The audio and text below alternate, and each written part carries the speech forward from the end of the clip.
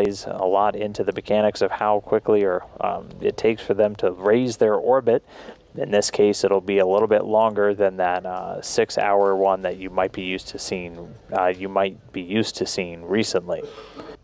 And then from Greg on Twitter, he wanted to know, how uncomfortable is it in the capsule to the station? How much wiggle room do you have?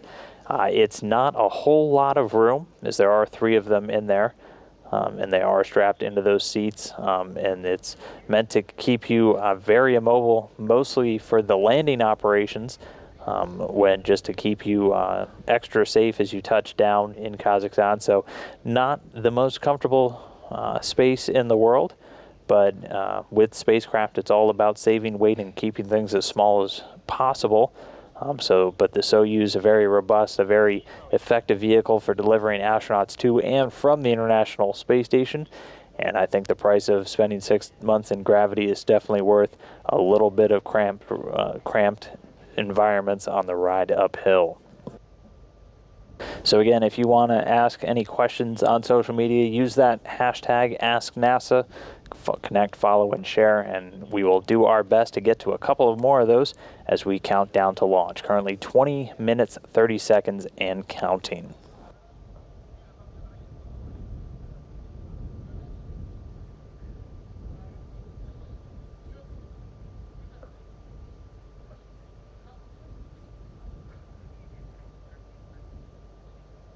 And while we do have these great camera views, a group of NASA representatives are actually there in Baikonur, just a short distance away from the launch pad. For a quick update on activities there, why don't we go now to NASA Public Affairs Officer Rob Navius.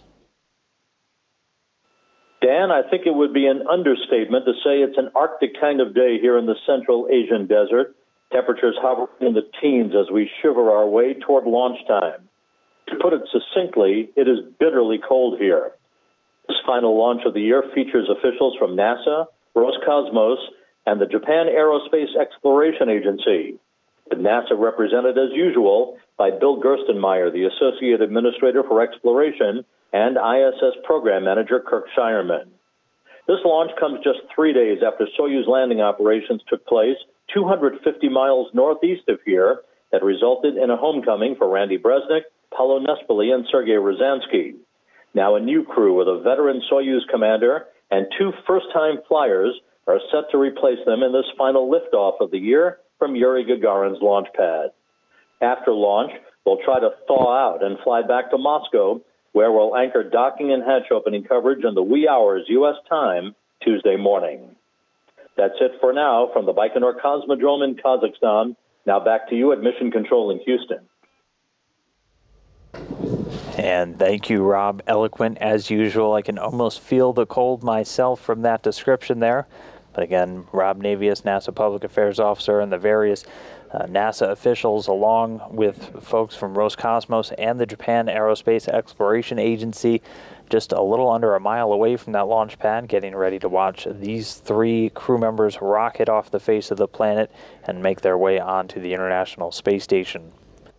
Right now, as you can see from the countdown clock, we are just a little over 18 minutes away from that planned launch, which should come right at about 1:21 a.m. Central Time here in Houston, and at Baikonur on the other side of the world, 1:21 p.m. in the afternoon. As mentioned, the crew already completed their leak checks, reported to be good to go. The teams here in Houston have already done a poll and are go for launch.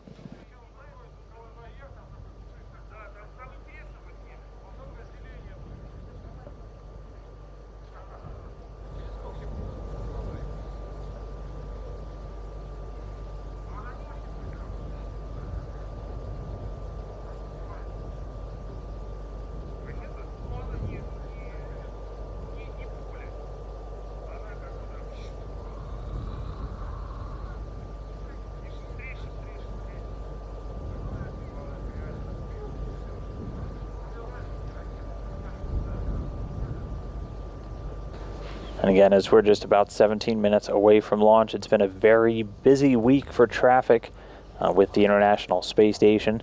The docking port to which they'll be arriving, the Rosviet module, was cleared just a little bit earlier this week. back on Wednesday when 3 crew members departed the International Space Station, bringing Expedition 53 to an end.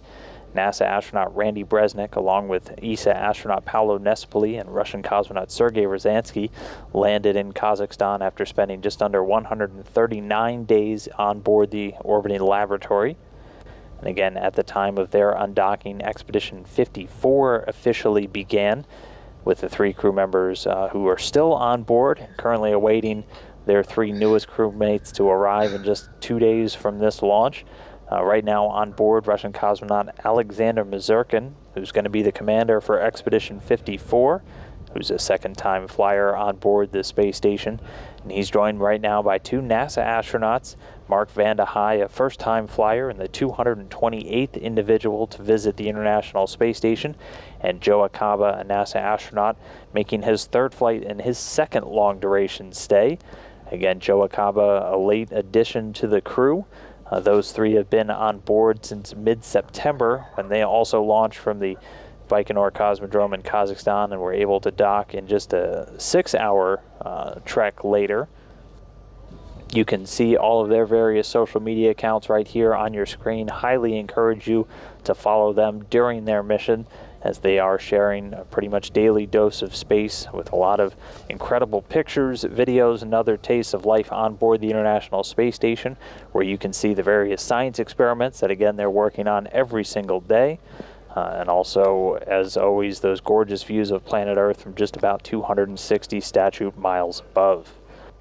In particular, Joe Acaba, a former educator, has been doing a lot with education during the Year of Education on station.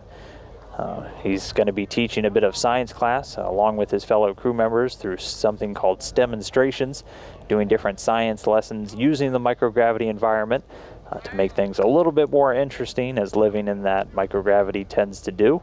And so be sure to follow Acaba along. He's just one of 2 educators that's going to be on board the International Space Station over the next year.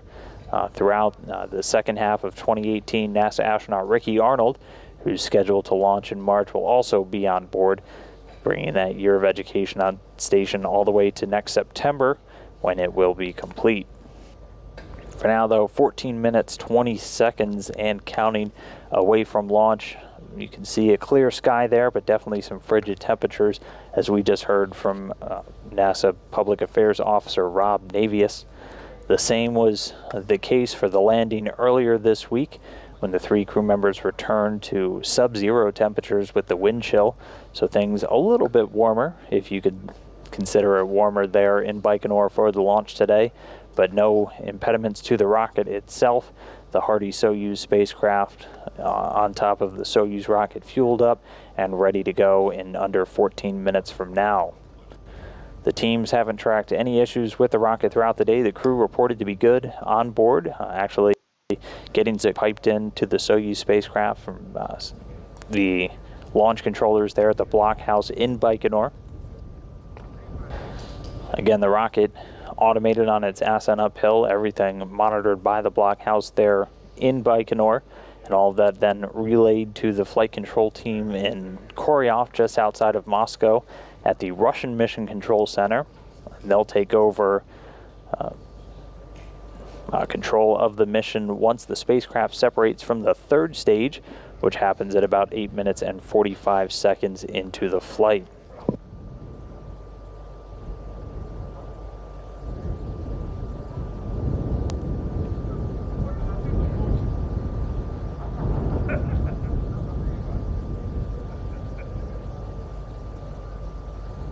And again, this will be just under a 9-minute flight to orbit. So once we see the rocket take off, a series of events will unfold.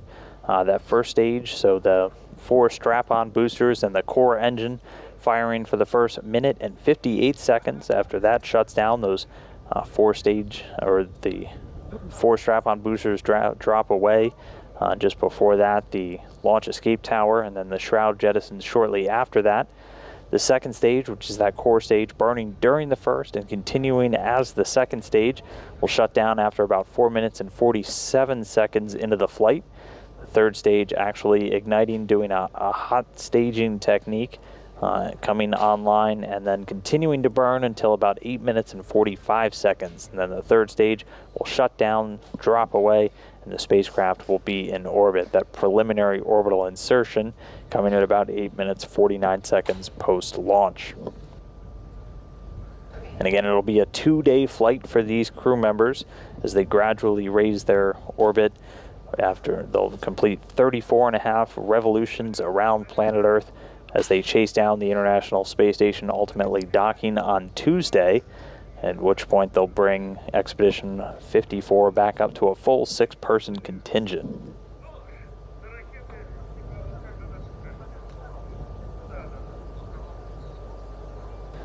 And as we count to the 11-minute mark away from launch, still seeing some of the excess oxidizer billowing out of the rocket itself. Everything continuing to track on time, 11 minutes and counting.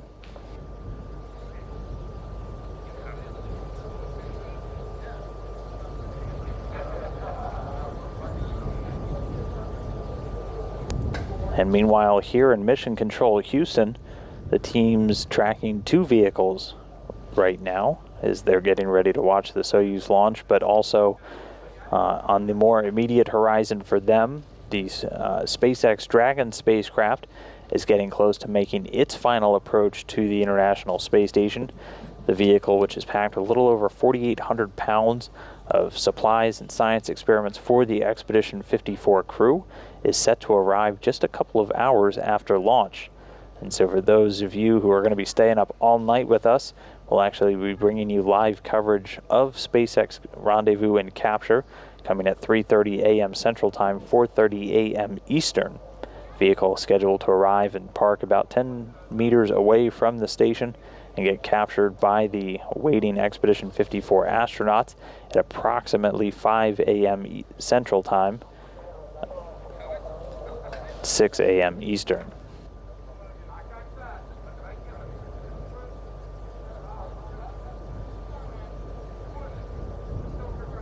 So again, going to be a very busy Sunday, capping off an extremely busy week for the International Space Station.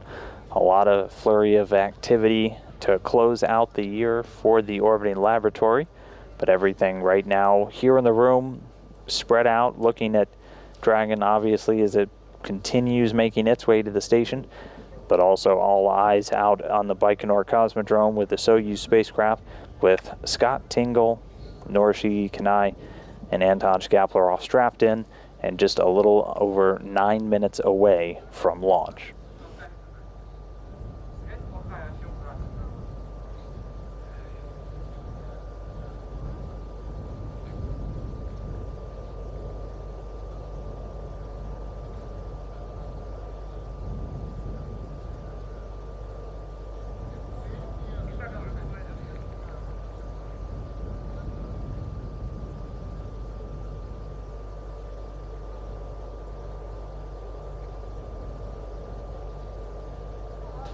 And for those of you just joining us here on Facebook Live, as we bring you our Soyuz launch coverage, we're just a little over 8 minutes and 20 seconds away from liftoff. The Soyuz spacecraft on launch pad number 1 out at the Baikonur Cosmodrome, fully fueled and ready to rocket away from the Kazakh steppe. 3 crew members inside, Scott Tingle, Anton Shkaplerov, and Norishige Kanai, strapped into the Soyuz. And here we're getting some in-cabin views. On the right side, you can see Anton Shkaplerov. He's in the center seat, and he is the commander for this mission, responsible for overseeing the spacecraft systems. To his right and to the left on your screen is Kanai from the Japan Aerospace Exploration Agency. And then just off screen right now is NASA astronaut Scott Tingle. He's in the left seat of the spacecraft, just to the left of Shkaplerov. And we'll get views of the rocket as it lifts off from the launch pad. A clear sky, so should be able to see the vehicle late into the afternoon sky as it rockets over the Kazakh steppe.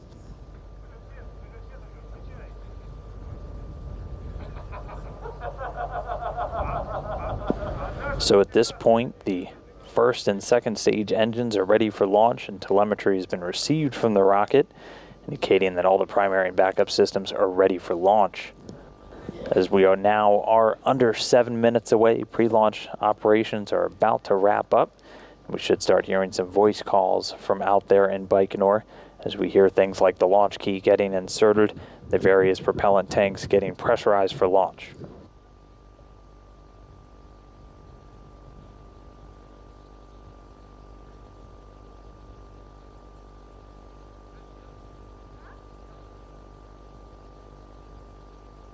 Getting another view inside the cabin, and our first views of NASA astronaut Scott Tingle. He's at the top of your screen there. And again, that's Anton Shkaplerov at the bottom of your screen in the center seat of the vehicle.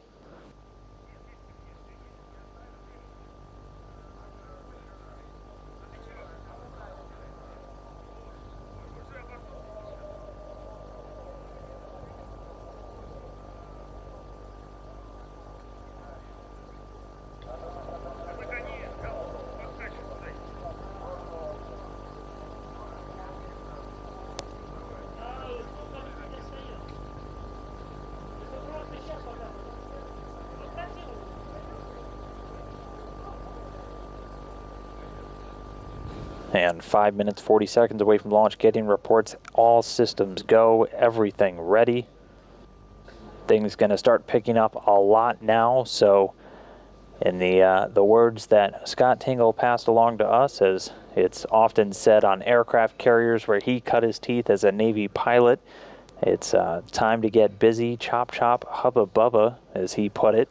And everything looking good, 5 minutes and 10 seconds away from liftoff.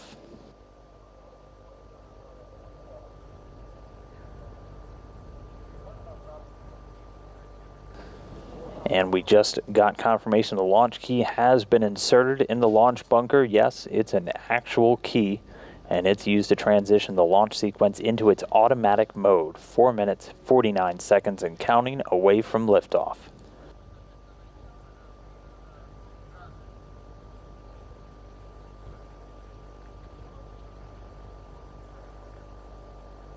And also at this point, onboard systems are switched to onboard control. And the commander's cockpit displays and controls have all been activated. You can see the crew members' helmets are closed. That's put them on this oxygen flowing into their suits.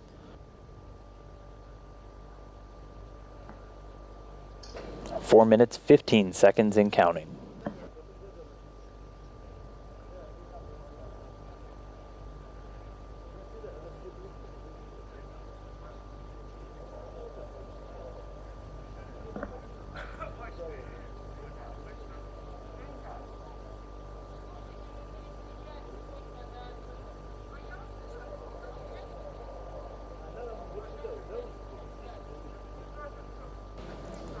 Three minutes, 45 seconds, just getting confirmation that the fuel lines, other elements of the engines being purged with nitrogen. This helps to fireproof them by removing any excess vapors from the fuel and the oxidizer. 3.5 minutes from launch.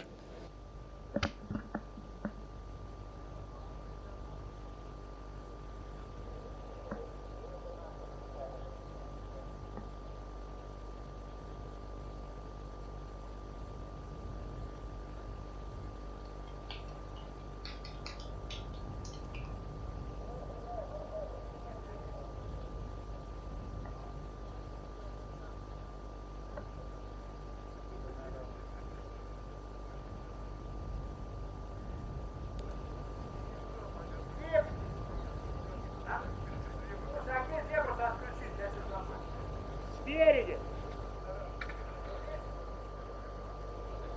На этом. На видеоискателе. Вот на этом. На видеоискателе. 2 minutes, 35 seconds, getting confirmation the booster tanks now being pressurized for flight. This helps to optimize the flow of fuel and helps to actually add some structural support to the rocket itself. 2 minutes, 20 seconds from liftoff.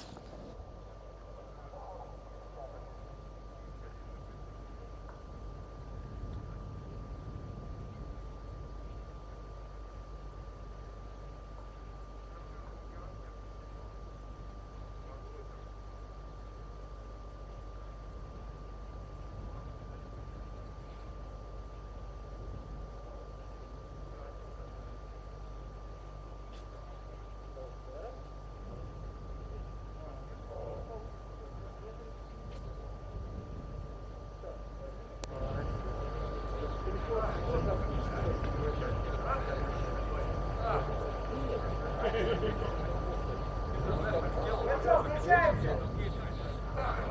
Давай, крутимся!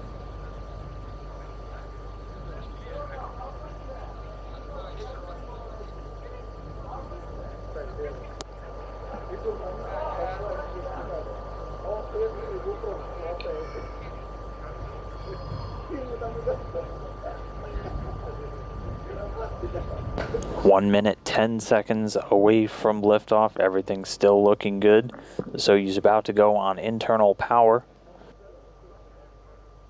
T-minus 1 minute and counting.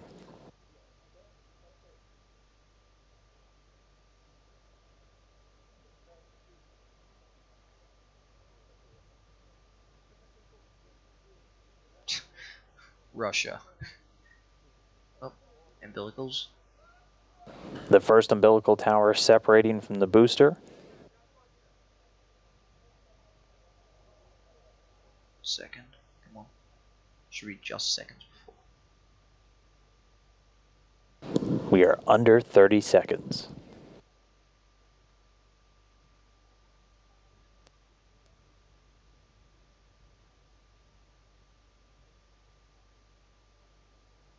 Confirmation of auto sequence start. The second umbilical separating. The launch command has been issued.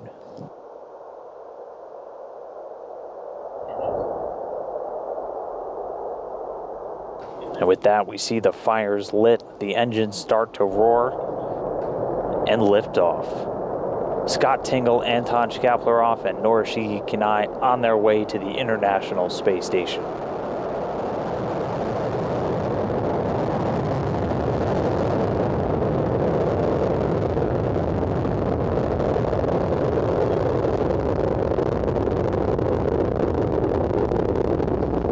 Anton Shkaplerov already calling down everything going well on board, everything reported fine. Performance calls coming in, the engines performing nominally or normally. Gravity time.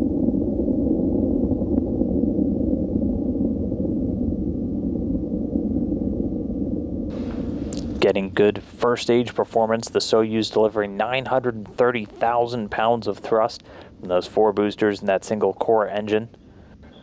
The first stage measures 68 feet in length and 24 feet in diameter and is going to burn liquid fuel for the first 2 minutes and 6 seconds into the flight.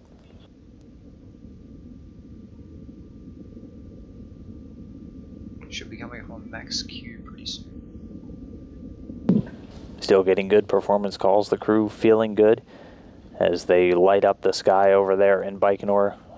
Again, it's a clear day, so we should get pretty spectacular views of the rocket as it makes its 8 minute 45-second climb into orbit.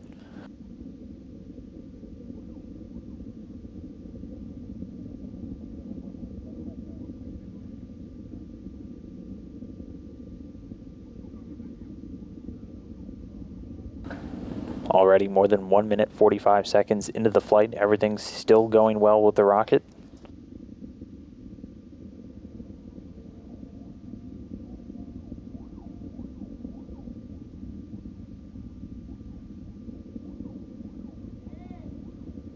And just there we see the first stage separating. Those 4 strap-on boosters breaking away. Their job completed, dropping away the rocket at an altitude already of about 28 statute miles. There they are. And you can see them making what's known the Koryov cross. The 4 engines slowly going to make their way back down here to Earth. The vehicle now being propelled by the core stage, traveling over 3,300 miles an hour already.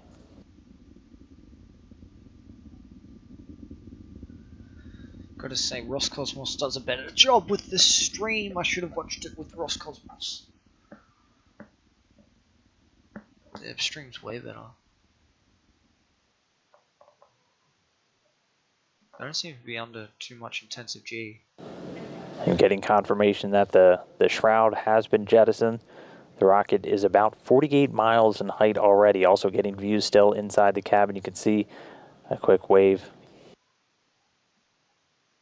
At this point, the vehicle is traveling at a speed of about 4,700 miles an hour.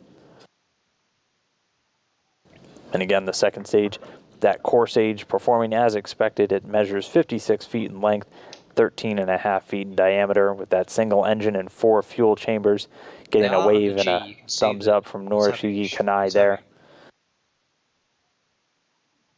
Difficulty movement. Sitting in the right seat, making his first flight into orbit today along with Scott Tingle. The seasoned veteran in the middle there, Anton Shkaplerov, overseeing the rocket's flight into orbit.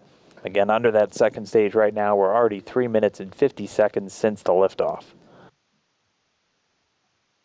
There we go, that's what Roscosmos is. And then in this animation, you can see the rocket as it continues to climb to orbit. That second stage with the single engine and 4 fuel chambers provides between 178,000 and 222,000 pounds of thrust, depending on the altitude, for its 3 minutes and 28 seconds of operation. It's going to continue burning for about 30 more seconds, and then it's going to use what's again known as a hot stage technique, where the third stage is actually going to ignite while the second is still burning. That's why it has that lattice-like structure between the two stages, an open area between the second and third. This is what Roscosmos normally shows. This is normally their entire stream. Once it's out of camera view, they put on this animation almost straight away.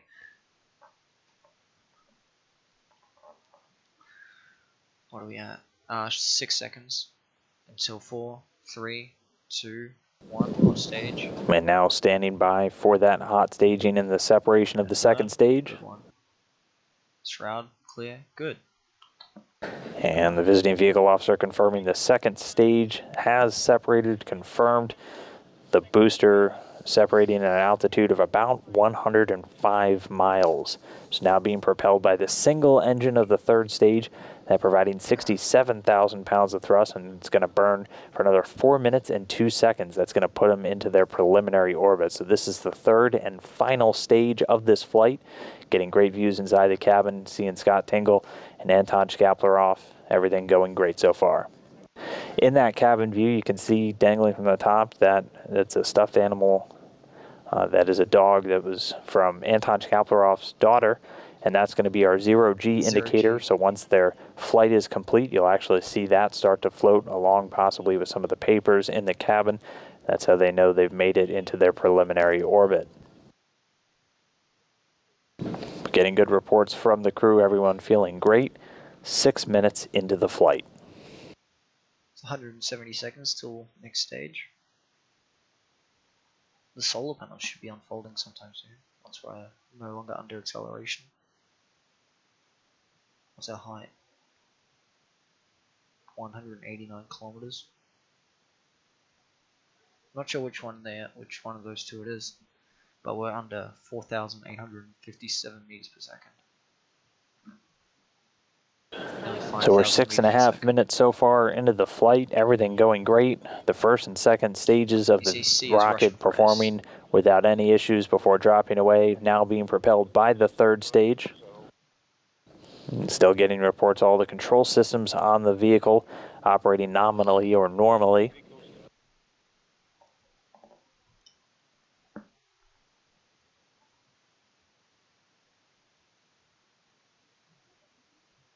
The third stage still has about 1 minute and 45 seconds to go before it gets ready to cut off and separate.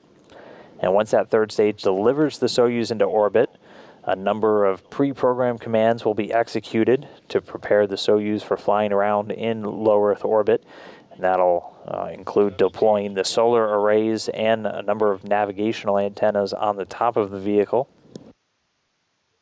7.5 minutes and counting up from liftoff.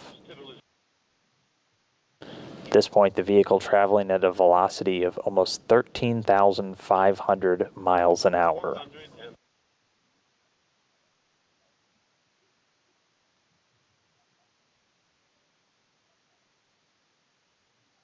Nearly 1 minute until the engine will stop burning.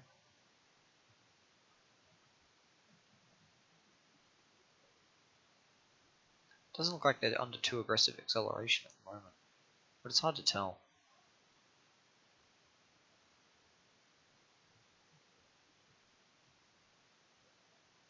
Like you can tell that. And we're a little over 8 minutes since the launch. The crew on station getting the call that 3 new crew members are well on their way already. The third stage continuing to fire, should have another 20 seconds or so. And then we might see a little bit of a jolt for these crew members inside as the third stage cuts off and separates. Standing by in the next couple of seconds for third stage shutdown.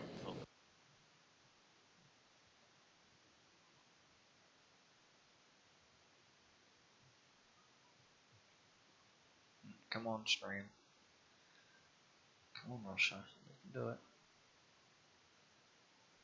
So you can tell they're under acceleration because they're having. And we missed it a bit in the video there, but getting a little kick. The third stage confirmed to be separated.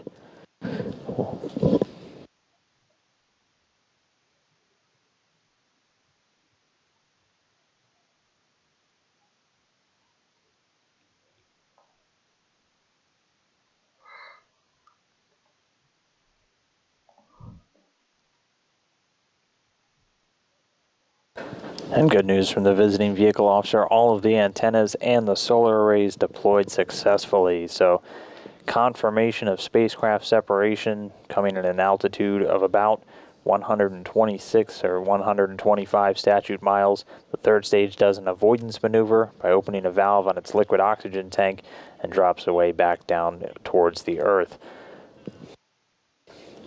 But for now, the Soyuz capsule, the crew inside safely in orbit. All of those automatic commands done successfully. The antennas out, the solar arrays extended. And the vehicle not having any issues, now in its orbit and now ready for its 2-day chase down of the International Space Station. Control from here on out is going to be overseen from the Russian Mission Control Center outside of Moscow and Koryov. But again, as we continue to get a couple of those views inside the cabin, the crew in orbit, a hugely successful launch, no issues with the vehicle, now getting ready to chase down the International Space Station.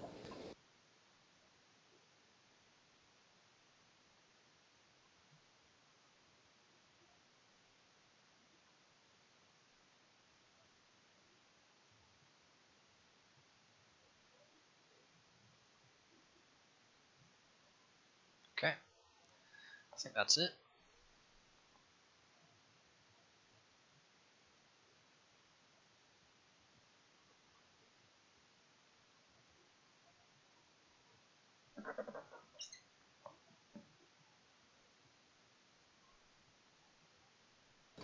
And so right now the controllers in Koryov working with the crew on board again, going through a series of commands as they are now in orbit, in microgravity, in outer space, following a flawless 8-minute and 45 ride into orbit. The repress is deactivated, and we are standing by for the first measurement. Copy that. Okay, they're in orbit. Very good. Thank you all for coming. Did anyone even show up?